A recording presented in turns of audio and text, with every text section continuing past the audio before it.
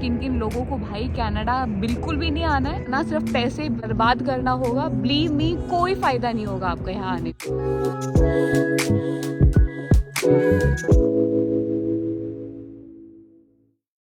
Hey guys, welcome back to my video. तो अभी मैं बैठी हूँ ओंटारियो लेक शोर में। यहाँ पे मैं आपको बिल्कुल रियलिटी चेक देना चाहूँगी, बिल्कुल आपको क्लियर सारी बातें बताना चाहूँगी सो दैट कि आप ना किसी धोखे में ना रहो, आप कोई गलत फहमी में ना रहो, कोई फद्दू बद्दू ना बन जाओ। तो भैया मतलब मैं आपको बहुत साफ साफ इस वीडियो में आज बताना चाहूँगी कि कौन कौन लोग हैं जो यहाँ ओंटारियो या टोरंटो कनाडा में बिल्कुल उनके लिए आना एक बेवकूफ़ी वाला काम हो जाएगा।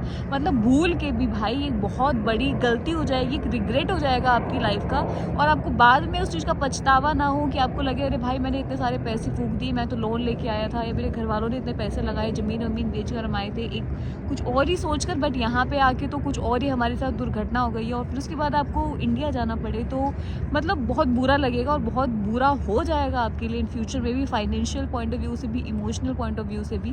तो वो सब आपके साथ ना हो तो ये वीडियो आपके लिए बहुत ज़्यादा इन्फॉर्मेटिव रहने वाली है, बहुत ज़्यादा नॉलेज, बहुत ज़्यादा जानकारी जो मेरे पर्सनल एक्सपीरियंस से है वो आपको मिलेगी। बिना देरी के शुरू करते हैं अपनी वीडियो, और बहुत ही क्लियर मैं बता देती हूँ कि किन किन लोगों को भाई कनाडा बिल्कुल भी नहीं आना है, ताकि ऐसा ना हो कि भाई भविष्य में जाके आपको भी लगे मैं कनाडा गया, वहाँ बस पैसे फूंक के आ गया और मेरे लिए बहुत ही बेकार रहा है, एक वैसा ना रहे। So let's start this video. लेकिन इससे पहले मैं आपको बताना चाहूँगी कि मैं अभी बैठी हूँ ओंटारियो लेक शोर में, और यहाँ पर मुझे आए हुए 5-6 महीने हो चुके हैं। अच्छे खासे लोगों से मैंने बात की है और इतने सारे इंडियन से मैं मिल चुकी हूँ, और भाई मैं आपको क्या बताऊँ, अच्छा खासा मैं एक्सपीरियंस ले चुकी हूँ कि मतलब क्या अच्छे पॉइंट हैं, क्या नेगेटिव पॉइंट है, प्रोस कौन सब मुझे काफ़ी हद तक पता चल चुकी है। सो आई थिंक मैं आपको बहुत सारी चीज़ों की जानकारी दे सकती हूँ।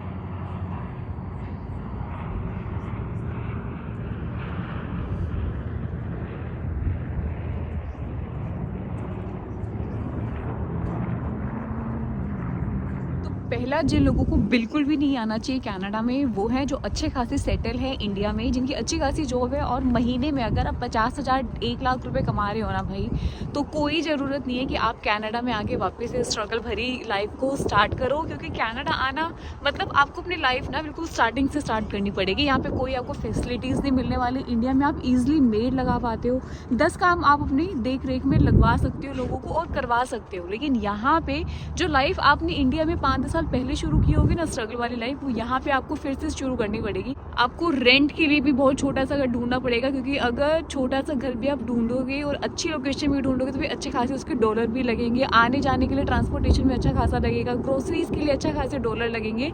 तो इन शॉर्ट आपको अच्छा खासा वापस से स्ट्रगल करना पड़ेगा। दूसरा, जिन लोगों को कनाडा बिल्कुल नहीं आना चाहिए वो है जो लोग हार्ड वर्क नहीं कर सकते। भाई अगर आपकी बस की नहीं है ना हार्ड वर्क, और अगर आपको लगता है कि भाई मेरे से ज़्यादा काम नहीं हो पाएगा या मैं कोई लेबर वाली जॉब को ज़्यादा नहीं कर पाऊंगा, तो भाई आपको इस मेंटालिटी के साथ तो आना पड़ेगा कि यहाँ पर ज़रूरी नहीं है कि आपको स्किल बेस्ड जॉब मिलेगी। कोई 100% श्योरिटी नहीं है, आपको लेबर वाली जॉब भी करनी पड़ सकती है एटलीस्ट कुछ टाइम पीरियड के लिए। लेकिन अगर आपको पता है कि मेरी बस की नहीं है, इतना मेहनती मैं नहीं हूँ, तो भाई आपको यहाँ पर आना सिर्फ पैसे बर्बाद करना होगा। बिलीव मी, कोई फायदा नहीं होगा आपका यहाँ आने। तीसरा, जिन लोगों को भूल कर भी यहाँ पर नहीं आना चाहिए वो है जिनको हेल्थ इश्यूज ज़्यादा है, या फिर लग रहा है कि अगर आप फैमिली के साथ यहाँ शिफ्ट करना चाहते हो लेकिन आपकी वाइफ, आपके पेरेंट्स को हेल्थ इश्यूज ज़्यादा हैं, तो भाई आप भूल कर भी उनको या उनके साथ फिर मत आओ, क्योंकि कोई फ़ायदा नहीं होगा। यहाँ पे हेल्थ की बहुत ज़्यादा दिक्कतें हैं भाई। कहने में तो आता है कि इंश्योरेंस में आपकी सारी चीज़ें कवर होती हैं, तो आपको सारे हेल्थ वेल्थ फ्री है, तो मतलब आपको मेडिसिन से लेके आपका सारा हॉस्पिटल का खर्चा गवर्नमेंट उठाती है। लेकिन आपको ये चीज़ भी समझनी पड़ेगी, कोई भी हॉस्पिटल या डॉक्टर बहुत इजीली रीचेबल नहीं है। अपनी इंडिया में तो क्या है ना कि आप कभी भी कोई भी इमरजेंसी है या नॉर्मल भी आपको जाना है, आप तुरंत हॉस्पिटल चले जाते हो और अच्छे से अच्छा भी आपको सीनियर डॉक्टर आपको अवेलेबल हो जाएगा 1-2 घंटे में। लेकिन यहाँ पर ऐसा कुछ नहीं होगा। अगर आप इमरजेंसी में भी आए हो ना, तब भी आपको एक दिन 24-24 घंटे, 2-2, 3-3, 4-4 दिन आपको रुकना पड़ जाता है, डिपेंडिंग ऑन कि वहाँ पर उस टाइम पे कितने लोग और भी क्यू में हैं। तो सोचो, अगर आप इमरजेंसी में आए हो, आपको अच्छा खासा फीवर है, और अगर आपको फीवर के टाइम पे अपॉइंटमेंट नहीं मिल पा रही है, आपको 3-4 दिन बाद की अपॉइंटमेंट है, तो मतलब आप समझ जाओ कि अच्छा खासा आपको सफ़र करना पड़ेगा और भाई बहुत दिक्कत होने वाली है। लिटरली इसको मजाक में मत लेना, बहुत ही सीरियस कंसर्न है, बहुत ही मेजर कंसर्न है। लेकिन इसको मतलब हल्के में लेके मत चलना। अगर आपको लगता है कि आपको डायबिटीज़ है, शुगर है और आपको डेली मतलब मंथली आपको चेकअप कराने पड़ते हैं, पेरेंट्स के चेकअप कराने पड़ते हैं, या कुछ इश्यूज़ हैं जिसकी आपकी दवाइयाँ चल रही है, तो भाई यहाँ पर आपको बहुत दिक्कतें आने वाली हैं। इस चीज़ को या तो फिर सोच समझ के आना, क्योंकि आप कितनी मेडिसिन लेकर इंडिया से आ जाओगे तो मतलब यहाँ आना आपके लिए बहुत बड़ी बेवकूफ़ी होगी। अब नेक्स्ट पॉइंट की बात करूँ तो उन लोगों के लिए भी कनाडा आना बहुत ज़्यादा बकवास रहेगा, बहुत बड़ी मूर्खता होगी आपकी अगर आप लोनली नहीं रह सकते, क्योंकि यहाँ पे कोई आपके रिश्तेदार घर वाले तो है नहीं। तो भैया आप अकेले आए हो, अकेले अगर आप रह सकते हो, सर्वाइव कर सकते हो, स्ट्रगल कर सकते हो, देन गुड टू गो। लेकिन अगर आपको लगता है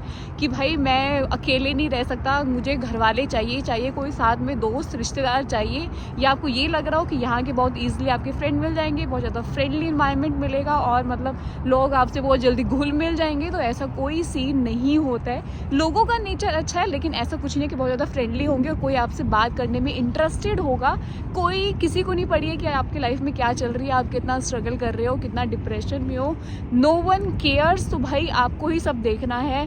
अपनी अकेले रहने की आदत आपको डालनी पड़ेगी, अकेला रहना पड़ेगा और अकेले में ही सारे आपको जितनी भी जिम्मेदारियां हैं वो सारी भी करनी पड़ेगी। तो खाना बनाने से लेके, घर की साफ सफाई से लेके, आपको बाहर जॉब करने से लेके, पढ़ने से लेके, सारी चीज़ों को खुद ही अपने बलबूते पे करना होगा और अकेले ही सब करना होगा। वो तो है ही, लेकिन साथ ही साथ आपको अकेला रहने की अगर आदत है और आप सर्वाइव कर पाओगे तब भी कनाडा में आओ। लेकिन अगर आपको लगता है कि आप उन कैटेगरी के लोग नहीं हो तो भाई आना आपका बिल्कुल बर्बाद हो जाएगा। क्योंकि बहुत सारे लोग हैं जिनसे मैंने बात की है जो यहाँ पर आ तो गए कि बहुत सारे बड़े बड़े सपने लेकर कि भाई हम यहाँ पर कनाडा जाएंगे, ड्रीम कार लेंगे, जो कि बहुत ईजिली है। यहाँ पे आपको टेस्ला वेस्ला कार निकालना बहुत ईजी है, जो शायद आपके इंडिया में आप नहीं कर पाओगे। ये सच है कि जो चीज़ आप इंडिया में 10-12 साल में अचीव करोगे, हो सकता है उसको आप यहाँ पे 4-5 साल में उतना कमा लो, लेकिन उसके पीछे बहुत बड़ी मेहनत है। तो वो मेहनत शायद लोगों को बहुत कम दिखाई देती है। लोगों को सिर्फ रिजल्ट दिखता है कि भाई उसने इतने कमा लिया, आज ड्रीम कार में घूम रहा है, अच्छा खासा घर ले रखा है, लेकिन उसके पीछे उसने कितनी मेहनत की होगी, कितना स्ट्रगल भरा जीवन जिया होगा, अकेले सब कुछ कितना सहा होगा, वो शायद किसी को अंदाज़ा नहीं होता है। तो मैं आपको यही बोलना चाहूँगी, अगर आप अकेले रह सकते हो तो आ जाओ, अदरवाइज कोई फ़ायदा नहीं है यहाँ आने का। नंबर 5 पे उन लोगों के लिए यहाँ आना बिल्कुल बकवास और बर्बाद होने वाला है जिन लोगों के पास कोई स्किल नहीं है। तो भाई या तो आप इंडिया से आते हुए अपनी जॉब को पक्की करा के आओ कि भाई आपको वहाँ जाके, यहाँ पे सीधा आपकी जॉब पक्की है, सीधा आके आपको डॉलर वॉलर पहले से आपने डिस्कस कर रखा है और आप आके यहाँ पर अपने जॉब करने लग गए हो। अदरवाइज आपके लिए बहुत मुश्किल होने वाला है, क्योंकि भाई यहाँ पे स्किल बेस्ड जॉब मिलना ना कोई इजी नहीं है।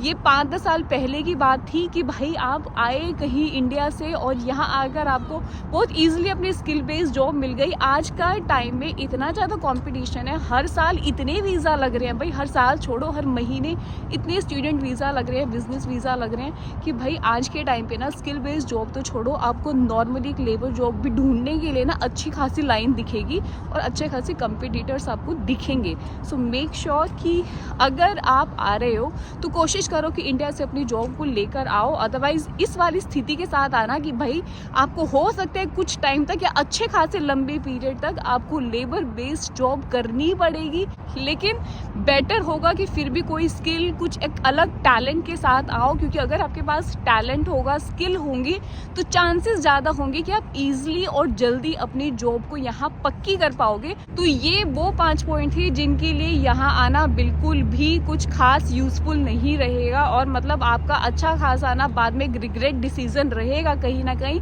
लेकिन अब हम बात कर लेते हैं कि किन लोगों के लिए, किन लोगों को यहाँ आना यूजफुल रहेगा।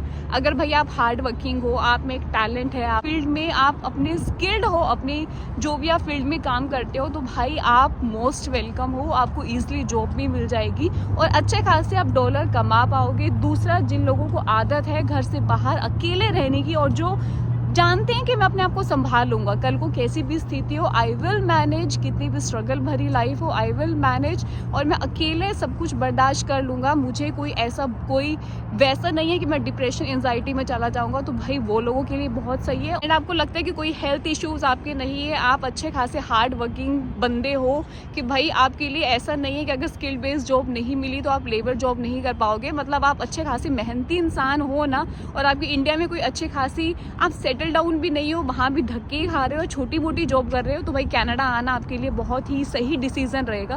क्योंकि वहाँ भी आप स्ट्रगल ही कर रहे हो तो बेटर रहेगा कनाडा आके स्ट्रगल करोगे। एटलीस्ट यहाँ पे स्ट्रगल करोगे तो आप अच्छे खासे डॉलर भी कमाओगे। नहीं तो क्या होगा ना, इंडिया में देखो, अगर आपकी इंडिया में भी आप अनसेटल्ड हो, यहाँ पर भी अनसेटल्ड हो, फर्क इतना आएगा कि इंडिया में शायद जो आप 15-20 साल में करोगे ना, तो यहाँ पे शायद आप 5 साल में कर जाओगे। इतना अच्छा खासा पैसा आप कमा कर जा सकते हो।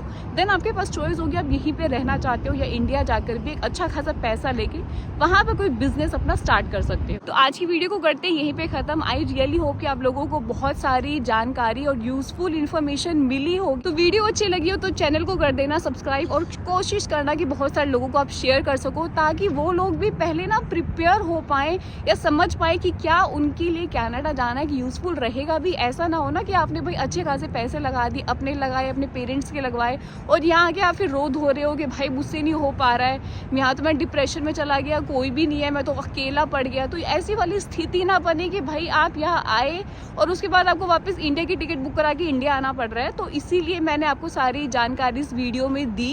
इसके साथ ही वीडियो को देना एक बड़ा सा लाइक। अगर फिर भी आपकी कोई क्वेरी है तो आप मुझे कमेंट कर सकते हो। I will do my best कि मैं आपके कमेंट का रिप्लाई टाइमली दे पाऊँ। तो मिलेंगे अपनी अगली वीडियो में। Bye bye.